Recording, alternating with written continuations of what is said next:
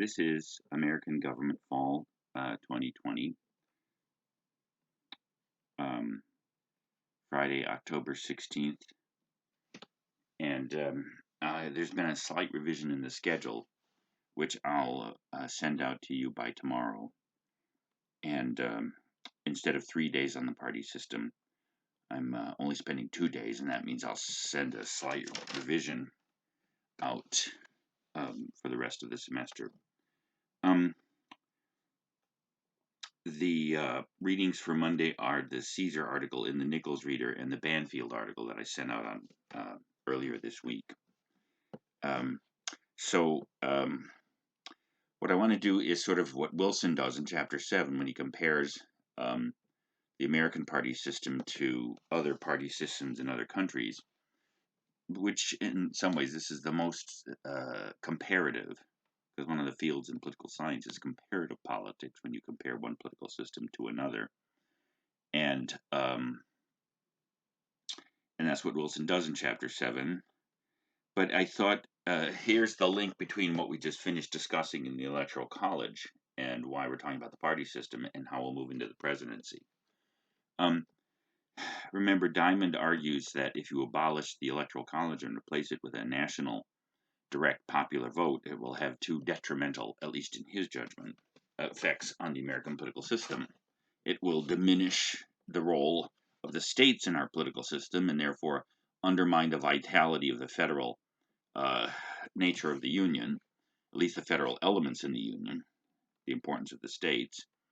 And in order for one to judge that, or let me back up for a second and say that, in fact, this argument that abolishing the Electoral College would undermine the vitality of the states in the federal system, and the second argument, which is that if you abolish the Electoral College, it will eventually undermine and destroy the two-party system and replace it with all likelihood with some kind of either individual candidate name recognition system where each candidate on the national level builds a popular following, which are already tendencies of the system, as we'll see, or single issue voters, in which case there'll be hundreds of presidential candidates on the national level without the filtering element of the two-party system.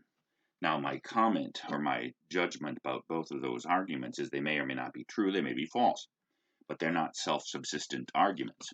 What's a self-subsistent argument? It's an argument that succeeds by providing its own premises.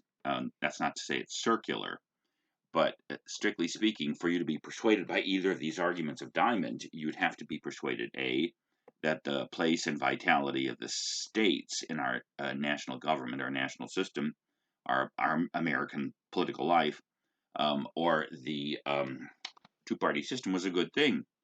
And so we've already looked at federalism, so you may or may not be persuaded by that argument, depending on how important it is to have the states as separate and vital political communities in our mixed federal system. And what we'll do now is take up the second argument that Diamond makes, because it depends upon whether you decide that the two-party system is a good thing. If the two-party system is a good thing, there might be independent arguments to abolish the Electoral College. And when we looked at Diamond's article, the American Bar Association criticism of the Electoral College provided all kinds of arguments.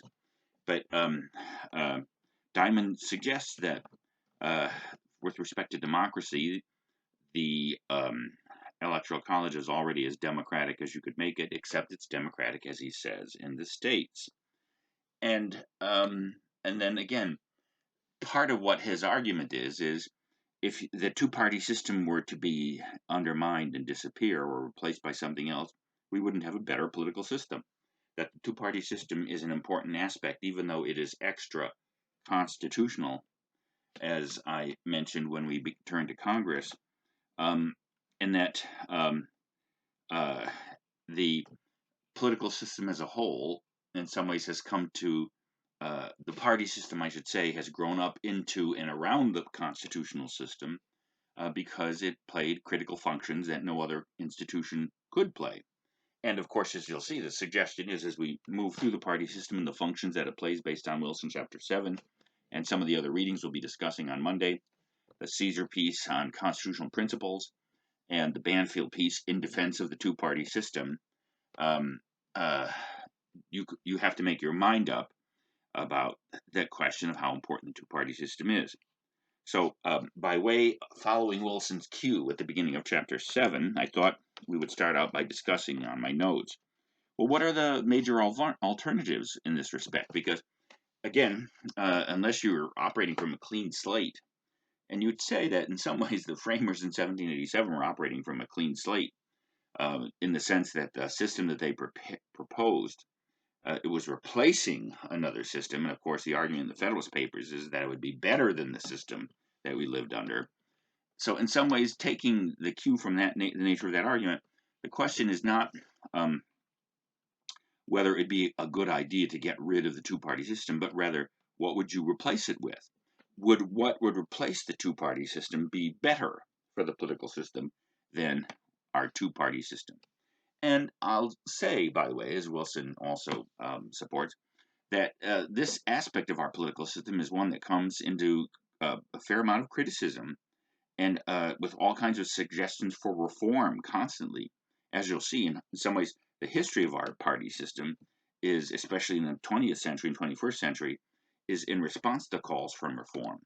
And when you read Caesar's piece for Monday, you'll see that Caesar argues that in some ways the attempts to reform the party system have actually made things worse and led to many unpleasant and unfavorable aspects of our politics today. And we'll talk more about that on Monday. So what are the major alternatives to the party system? Well, if you think about it, and this is kind of what Wilson does around the world, you have the option of a one-party system, and we'll go into each of these in a minute, a two-party system, which is what we have, a multi-party system, and you'll see Banfield talks about that, and so does, excuse me, that's pleasant, Wilson, who points out that almost all the political systems that have multi-party systems are parliamentary systems that do not separate the executive and the legislative branch. So in some ways, a multi-party system might have perfectly good arguments for it, but it may or may not be applicable to the separation of powers and checks and balances foundation of our Constitution, although that's something we'll consider. Then, of course, and this is more relevant for the Banfield piece that we'll consider on Monday, there's a possibility that you could have a nonpartisan political system, a system where political parties don't exist. And most political scientists have, in studying this issue since political science grew up and started studying things, have suggested that when they study American voting behavior, and in some ways voting behavior in other countries, there tend to be three factors that affect people's vote or determine their vote. One is party label, and Caesar's article that we'll read for Monday suggests that parties are in some ways in decline, in some ways not in decline, but that one major change, and Wilson supports this, is that in the last several decades, here, let me back up. In the 1950s, political scientists just studied party affiliation by a kind of a five-dimension measure, a spectrum of 5 segments. On the one end was Republicans, really committed Republicans. And then there was less committed independent Republicans. And then in the middle, independent independents who generally didn't vote by party, but other criteria that we'll see in a minute.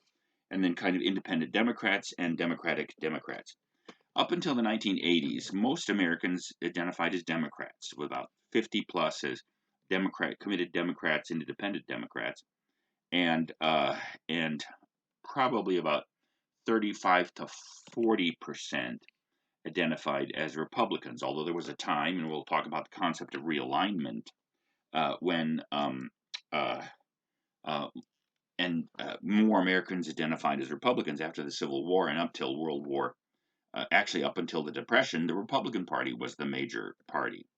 And then with the Depression and the New Deal realignment, A realignment is when a majority of party voters switch party affiliation and begin voting by the other party. So ever since the two-party system really emerged in the 1820s and 30s, as we saw to some degree when we talked about the Electoral College, and as both Wilson in Chapter 7 and Caesar points out, through the different stages of the party system, the majority party has gone back and forth. And so in some ways, as Caesar points out in his article, and as Wilson points out, one of the major developments is that in the last several decades, the independents have grown to the point where now it may be that 30 to 40% of Americans now align themselves as independents without formal or constant party affiliation, which means basically you might divide the American vote electorate into three large segments: Republicans, Democrats, and Independents, with Independents again perhaps being the most important middle segment. So having said that, the question is what might define or influence or determine people's vote if you don't have a party labeled guiding their vote? And the two major alternatives are single issues or issues, and there are voters in the electorate who vote according to their belief on a single issue. Now you're going to see most voters are not single issue voters, and therefore one thing, as we'll see later in a minute, what the parties do is they link different issues into kind of a cluster of issues and provide some general sense of direction for the government. The other alternative, of course, that people vote according to candidate. And the problem, as you're going to see with candidate-based voting, or what you might call name recognition, or say people who are voting Democrat or Republican not because they're aligned with the party positions or even the ideological dimensions of those parties, but because they either like or despise President Trump or Vice President Biden. So that is another way of voting. Now, one problem is that most voters don't know very much about all the offices. As I mentioned, Wilson points out earlier in the text that because of the federal system, there may be as many as 57,000 different positions to vote for in the American political universe. It's on the national, state, senatorial, House, gubernatorial, state legislature, and county and municipal level. That's a lot of people to vote for, and most people following Sentinel, and to some degree Madison and Federalist 10, aren't particularly attentive to politics.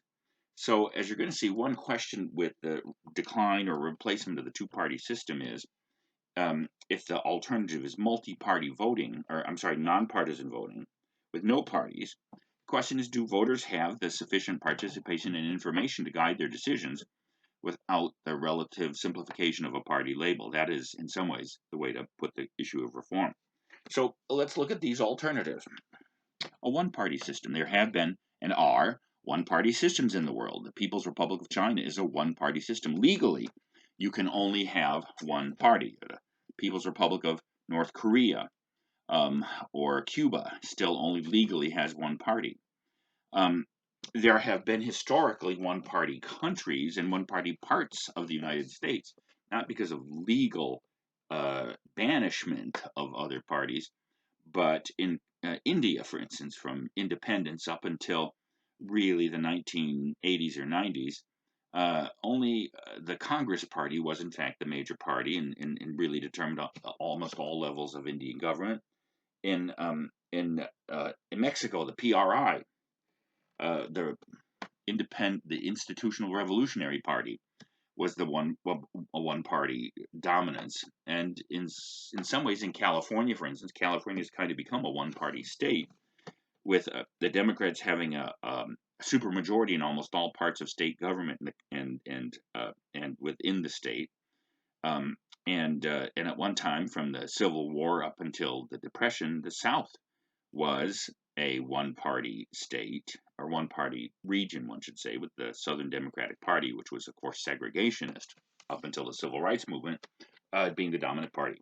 So one problem with one-party systems is that they don't offer much choice, and second, they're often internally corrupt, because without significant competition in elections, then who runs for office are essentially the internal work of party machinations and etc. And for instance, in the People's Republic of China a couple of years ago, one of the major sources of protest was when a massive earthquake killed about 40,000 people, mostly children, in poorly constructed school buildings because the local corrupt party officials had skimped on construction materials with corrupt companies. So one problem with one-party systems is no alternative, no change, no genuine discourse about the direction of the country that might lead it in a different direction, and of course internalized corruption. Multi-party systems, where 3, 4, or even more parties. Wilson in Chapter 7 lists Israel, I think, as having 13 parties. More typically, Israel and Italy have about 30-some parties. Some of them are often 1 or 2 seats in the Knesset or in the parliament. And with multi-party systems, again, those tend to form, as Wilson points out, around parliamentary systems because the task of a party in a parliamentary system is to win seats in the parliament, and then the parliament then elects the executive branch out of a coalition of parties. Now, on one level, all parties, all governance in Republican or Democratic constitutions, like most modern democracies or most modern republics, depending on how you call them that, depend upon majority rule. So eventually, there has to be some kind of majority formation in order to move the government or give the government a direction. When that doesn't come, like in Israel, where they've had, I think, 4 major elections in 1 year because the government can't maintain a majority in the Knesset.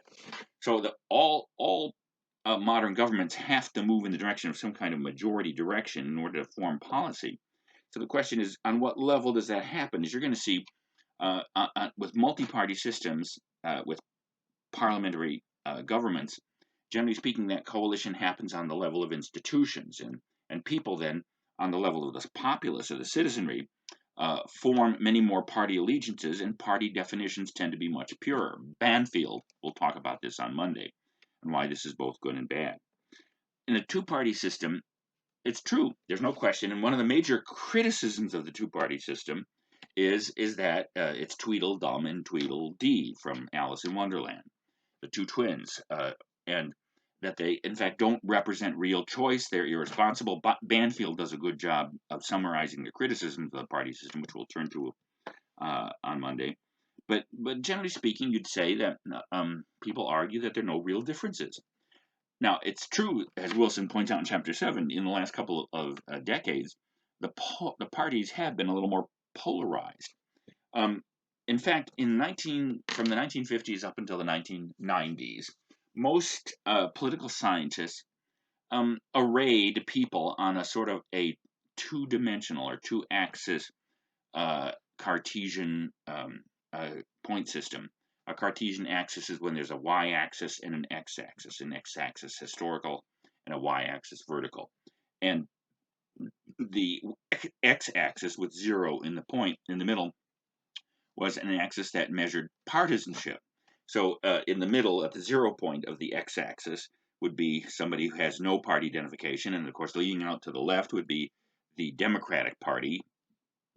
And leading out to the right would be the Republican Party. The y-axis would be ideology, from conservative to liberal. And if you think about it, that would establish 4 quadrants of political identification.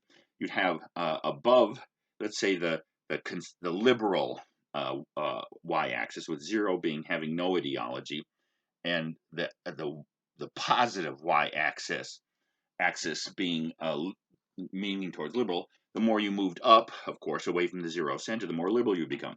And of course, the 2 quadrants would be liberal Republican and liberal Democrat. Beneath the x-axis, at the 0 point of the y-axis, as you move away from it, would be more conservative. So underneath the x-axis, you'd have conservative Democrats and conservative Republicans. What's happened in the last 40 years is that, for reasons we'll discuss on Monday with the reform of the party system, the parties have become less broad and diffuse in terms of conservative and liberal ideology. So a way of putting that would be there are fewer conservative Democrats and fewer liberal Republicans, and Republicans have tended to become more conservative and Democrats more liberal. So in today's party system, there's a little bit more polarization, and we'll talk about that polarization and why that has occurred. Wilson discusses that a little bit, and so does Caesar. But basically, you'd have to say that with two parties in a democracy or a republic, what you have a tendency to have is a bell curve. You know, a bell curve is a normal statistical distribution where you have the extremes. If you've taken a statistics class or a social science class, you know that in a bell curve, the majority clumps around the hump in the middle, and then the extremes move out as they decline in number. And so, what a two-party system, and as you'll see when Caesar discusses Van Buren's intentions in his article for Monday, Van Buren kind of wanted to have party competition that was essentially between two moderate parties, where you'd have instead of the approximation would be the kind of moderate bump of Americans in the middle, and that one party would represent sort of to the left and to the right. So you have two moderate statistical distributions, and so in some ways, that's the tendency. So the criticism tends to be is that there's not a real choice offered. That just choosing between a Democratic and a Republican candidate is not like choosing between a communist and a fascist or a Nazi. That may be true or may not be true, as we'll see. Banfield argues it is true, and now then we'll see if that's rather a good thing or bad thing. So a multi-party. So those are the alternatives. So the question is not whether you would simply abolish the two-party system, but what would you replace it with? Would it be a one-party system that has pluses and minuses, mostly minuses? Would it be a multi-party system? Well, that might work better in a parliamentary system of government, and maybe this question eventually goes into the larger question, as we saw with Congress, of whether we should reform the entire constitutional system and move away from separation of powers and checks and balances. That presents a rather large question to which we'll come back to at the end of the course. So let's then look at the American party system and its major features, and then on Monday, of course, we'll turn to the question of reforming it. So Wilson talks about what a party is. He has a nice definition of the three parts of a party, and the question is, what do parties do? Especially in the American politics, what are the functions they play? And essentially, they can be summed up in three broad categories. One thing, in a system of separation of powers and checks and balances, where the Constitution divides the governing bodies, and in a system of federalism, where you have a division between national government and state governments and local governments, one thing that parties do is provide institutional coordination between the branches of government. Sometimes it's institutional antagonism. I mean, neither President Trump and Speaker Pelosi get along particularly well. But even when there's the party in the White House, the presidential party, is different from the congressional party. Nevertheless, it provides a structure of leadership by which leaders negotiate with each other or fail to negotiate in the case of a second COVID relief bill. But you could say that between the House and the Senate, the two parties with the caucuses within each chamber coordinate with each other, because otherwise the House and Senate are completely different institutions. And so the party organizations within the two bodies help. The Democratic Party coordinates in the House with the Democratic Party in the Senate, and vice versa. And also, there's democratic strategy between the national government and local governments, etc. And to some degree, even with different parties, there's some more coordination between the executive and the legislative branch. Second, when we started discussing the Electoral College, I mentioned or started that discussion out with a distinction between two stages of election, with the nomination stage of generating a field of potential candidates and supporting them, and the final election stage. Well, with the development of the party system, the major function of our political parties is to generate or nominate candidates. And so you could say the second major function is organizing elections. They recruit candidates, they fund them, although that is a big change. We'll talk about modern reform on Monday.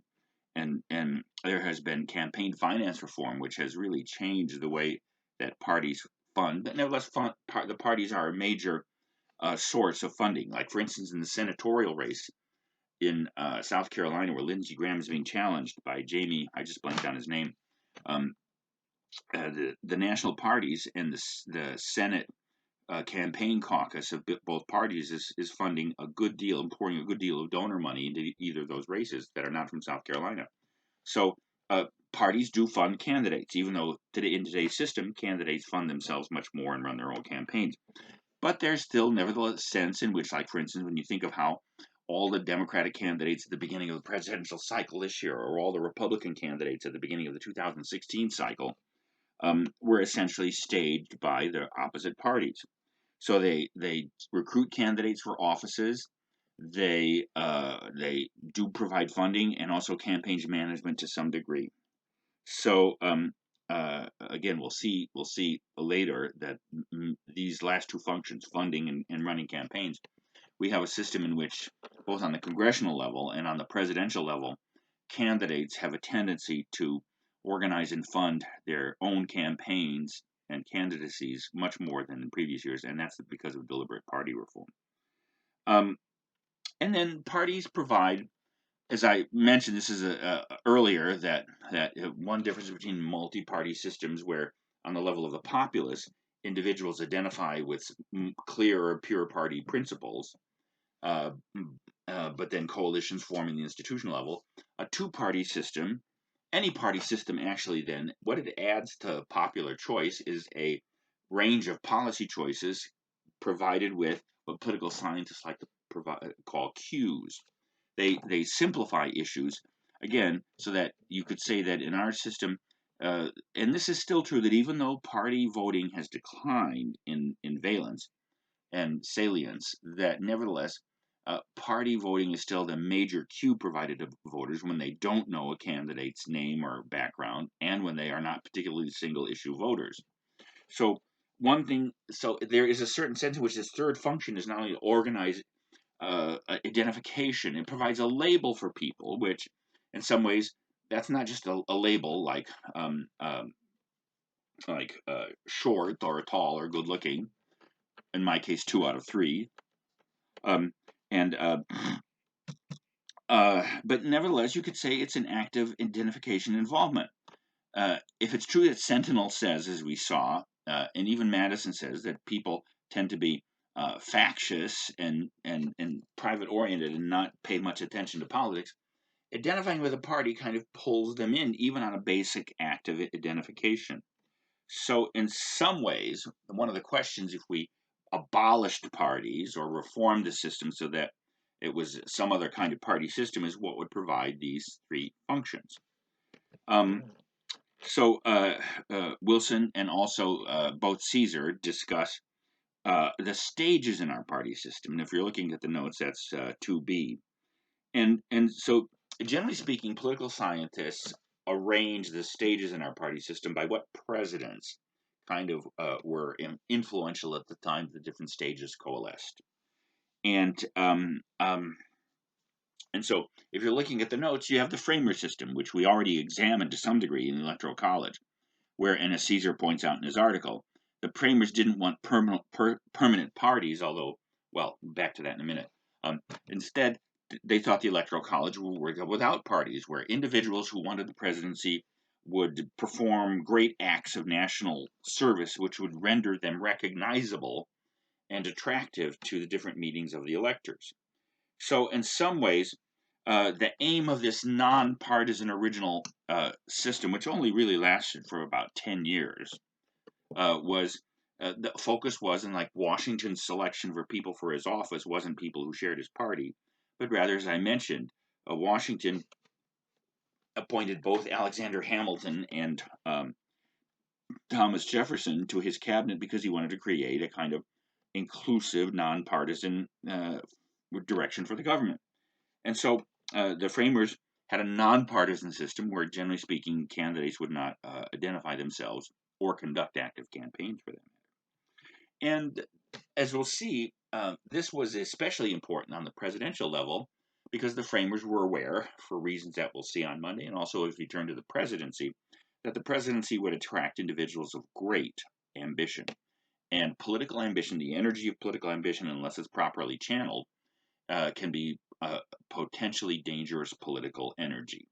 It's probably overthrown and destroyed more political systems than anything else, when powerful individuals, ambitious for power and for the benefits that attend power, they're willing to throw out constitutional arrangements if it gets them power. So controlling candidate ambition and providing the best individuals for office was kind of what the framers hoped for. But as we saw with the Electoral College, by the 1800s, that system, by 1800 I should say, that system began to be replaced by the Jeffersonian stage, or where there was party competition between the Federalist and the Republican parties. Now, that resulted, ironically, with a one-party system, which in our American history, you may remember, is called the Era of Good Feelings. The Federalist Party, once Alexander Hamilton was killed in the duel with the peanut Aaron Burr, never mind.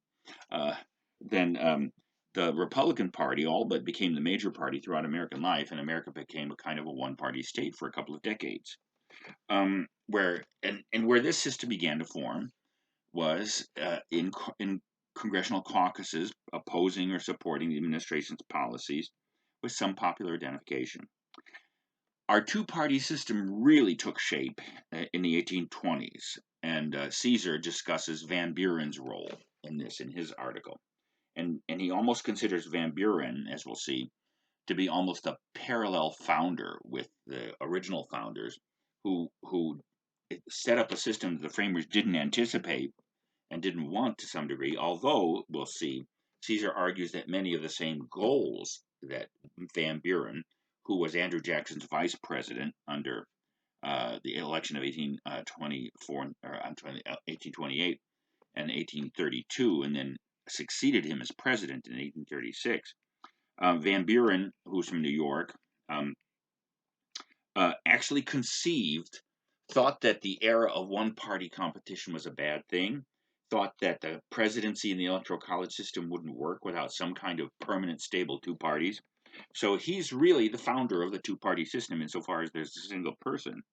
And almost all the major elements of our two-party system emerged at that time.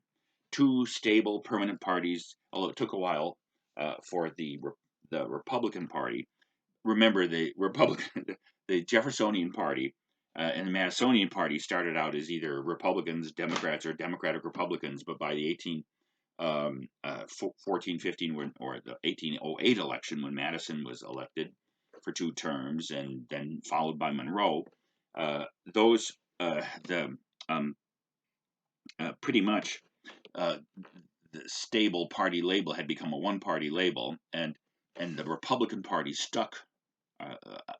By the time of Andrew Jackson running in 1824 and 1828 and 1832, the Republican Party had become the Democratic Party. Now, the opposition party, which was originally the Federalist Party, which had faded out and disappeared in the election after the election of 1800, kind of began to reconstitute itself on other issues, called the Whig Party. And for a couple of decades, because Andrew Jackson was a Democrat, Van Buren was a Democrat, the Whig Party kind of struggled along, and Abraham Lincoln, when he first became active in party politics in the 1840s, ran as a Whig. But the Whig Party kind of folded and disappeared, and by the 1850s, middle 1850s, when slavery was becoming the great divisive issue of the country, the Whig Party and its elements kind of recoalesced around a resurrected Republican Party. And since that time, our two parties have been that. So with the Van Burenian or Jacksonian stage, the element of parties as two stable national organizations with moderate agendas, with state conventions electing officers, and national conventions, which we still have, and popular labels, those elements congealed at that time. Now, the two most important areas of reform were the progressives, sometimes called the Wilsonian, because Woodrow Wilson was a progressive Democrat, and the era of modern reform. And in some ways, the major addition, and Wilson discusses this is not Woodrow Wilson, but James Q. Wilson, the author of our text, discusses the reforms the progressive advocated. Now, generally speaking, the disposition of the progressive movement in American politics from the late 1880s and 1890s up until there was even a time when there was a progressive minor third party, but it actually merged into the Democratic Party, and the progressive elements of modern politics really date back to this. The common assumption of the progressives was that the constitutional system was too anti-democratic and frustrated because if you think in the original constitutional system, of course, only the House of Representatives directly elected. And to some degree, with the rise of the two-party system, the electors in the Electoral College became popularly elected and popularly directed, as Diamond says, on the state level. But then also the 17th Amendment passed, I think, ratified in 1919. The 17th Amendment replaced indirect election by state legislatures of U.S. senators with direct election. So, generally speaking, the progressives thought that the constitutional system was too anti-democratic or non-democratic, and generally proposed reforms that would bring more democratic, popular, direct influence into the governing system. And as a result, they advocated several other kinds of reforms, not and in particular three kinds of reforms. One is referenda. In the national constitution, for instance, the only influence that the people have directly is to elect representatives who then govern and operate the actual construction of public policy. A referendum, which I think 11 states have referenda procedures, and actually some people have actually suggested we should have a national referendum procedure, is where the people, where on the ballots before the people, you actually have legislative or laws proposed, and then the people vote directly on that. Oftentimes, progressives are disappointed with popular referenda because they often don't go in progressive directions. So the number of states that actually do have popular referenda, South Carolina is one of them, where you can still have specific proposals for legislation put before the people. And different states do this differently, where some states hold that the legislature can overturn a popular referendum, but nevertheless, that's the kind of reform. Another kind of popular reform was recall voting, because generally speaking, in our constitutional system, the only way to get somebody out of office, as I jokingly mentioned last time or a couple of times ago, where one of my students said assassination. Well, the Constitution actually doesn't call for assassination to get rid of people. But on the federal level, once somebody is elected or appointed to office, the only way you can get rid of them is if they die. That is true. Or you impeach them and remove them, where the House impeaches and the Senate removes. Otherwise, not almost all elected officials in the federal system and the national constitution serve fixed terms. A recall election is where a person who's elected to office becomes so unpopular that with a certain percentage of the vote in the last election in California or in Wisconsin, where they have recall provisions, 3% of the electorate can sign a petition and then have the persons remaining in office. So, in other words, you can unelect people in a recall, but only 3 states still have that provision. And another provision connected with that was in our federal constitution, judges are appointed or nominated by the president, as you well know from what's going on, and ratified by the Senate. And that is the way most state constitutions appoint their judiciaries. But many states during the progressive era experimented with elected judiciaries. And there are problems with that, advantages to that. North Carolina has a mixed system where judges are originally appointed, but then they have to stand for re-election after certain terms. So the other major reform, and this is relevant to our history of the party system, was instead of having state parties meet in convention and nominate all, but that still happens in most states, by the way. But the device that the progressives added was to push the nomination function even closer to the populace through the addition of what are called primary elections. And primary means first because they tend to be the first elections in the electoral cycle. And so primary elections are popular elections within the party universe, within a party, to generate popular systems of nomination. And you're going to see that's what the modern period of reform, starting with 1968 and 70, which both Wilson and Caesar talk about. So this began during the progressive era, and Woodrow Wilson was a great advocate of this. But typically that system was mixed because up until the 1950s and 60s, only 6 to 12 states actually ran primary elections. And you can look at Wilson for the different kinds of primaries, open primaries, closed primaries. and what those are, and even blanket primaries. Some states have that. Basically, an open primary is where you anyone can go to that party polling place and participate in the primary election, where you in effect declare your party affiliation depending on what polling place you go to, versus a closed primary where you have to be a registered member of that party to vote in a primary election. There's a kind of a hybrid system called a caucus system where you have to be a registered member of that party. Iowa has that, and for instance, gets a lot of attention during the presidential election. So one way of defining the last major period of party reform in the 1960s and 70s, which we'll come to on Monday, is to spread the primary mode of nominating, especially presidential candidates, from only a minority of states to all the states now, and we'll talk about that on Monday.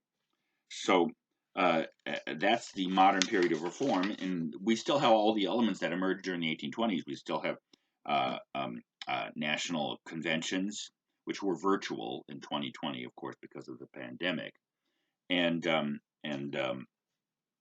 uh, party committees, etc., etc. So the last major subject to be extracted from Wilson Chapter 7 is the major structures in our party system. And remember, because we have this separation of powers element to our national constitution and in the state constitutions mostly, actually totally, um, although not every state has a bicameral legislature, um, uh, the major structures in our party system have followed both the separation of powers on the national level and the federal state structure.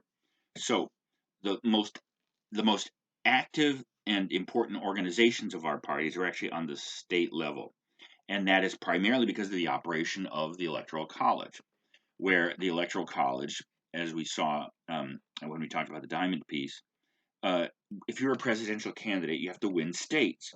Therefore, state party organizations that kind of dominate the presidential election because of the way the Electoral College operates became the major structures on the state level.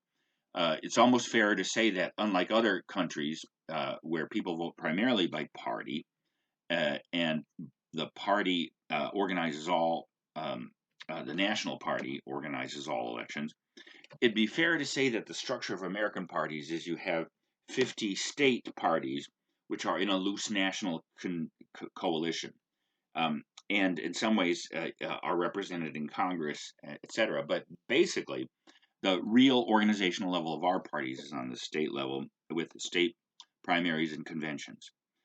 There are national committees of the two parties and of the minor parties too, for that matter, the DNC and the RNC. Those are party leaders and officials that coordinate campaigns on the national level, and where there's a chair of the Democratic Party and a chair of the Republican Party, who are generally not as well known. And as we're going to see when we turn to the presidency, the president tends to be the de facto actual chair of the national party. But the national committees essentially are loose. They're bodies that set things like the party platform in the national conventions, etc., and provide the loose national structure for the state political parties. There are congressional parties, as we saw when we looked at Congress. Each of the two parties has a caucus or a conference in each of the chambers of Congress. So there are essentially four congressional parties, and they do things like elect leadership and coordinate the business of both chambers. There are visible national conventions every 4 years following the presidential election. Again, this year virtual. And at the national conventions, the delegates come together to nominate their candidate for president, and also to form the platform. Now, that wasn't as visible this last year. With television in the 1950s, that's when you first started to have televised national conventions. And so the last place where the structure of parties exists is in people's heads and families and communities. Many of you came from political families, a Republican family or Democratic family, and therefore you could say that's part of your identity as an American when you grow up. So that's where parties exist in all these structures. So there you have an outline of the American party system as it had developed and grew. And on Monday, we'll turn to the great question of whether that system should be reformed or abolished or replaced with something else, and what might replace it. And that's the question we'll turn to. Should this system be criticized? Should this system be reformed or abolished?